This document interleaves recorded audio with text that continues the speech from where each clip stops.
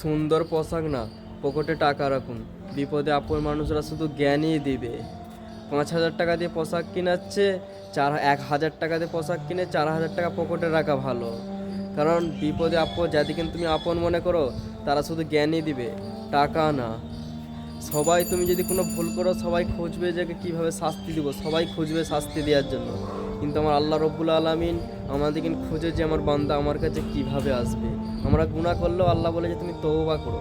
আমরা গুনাহ করলে জমিন বলে যে একবারটি আল্লাহ হুকুম দাও, একে আমি পুরো নিচে পাঠিয়ে দেবো, জমিনকে পুরো উল্টে একে নিচে পাঠিয়ে দেবো। সমুদ্র বলে যে আমাকে আল্লাহ একবারটি হুকুম দাও, পুরো তলিয়ে দেবো। ফেরেশতা বলে আল্লাহ তুমি আমাকে একবারটি হুকুম দাও।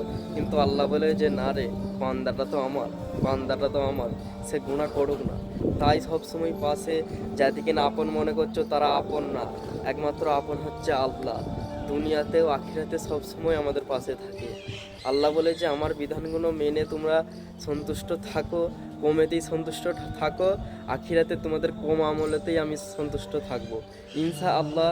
সবাইকে আল্লাহ নামাজ পড়ার তৌফিক দান করুক, আমিন। এবং এই ভিডিওটা সবাই শেয়ার করে দেবে যাতে মানুষ জানতে পারে। ভিডিওটা পড়ে অনেক শেয়ার করে দেবে ইনশাআল্লাহ।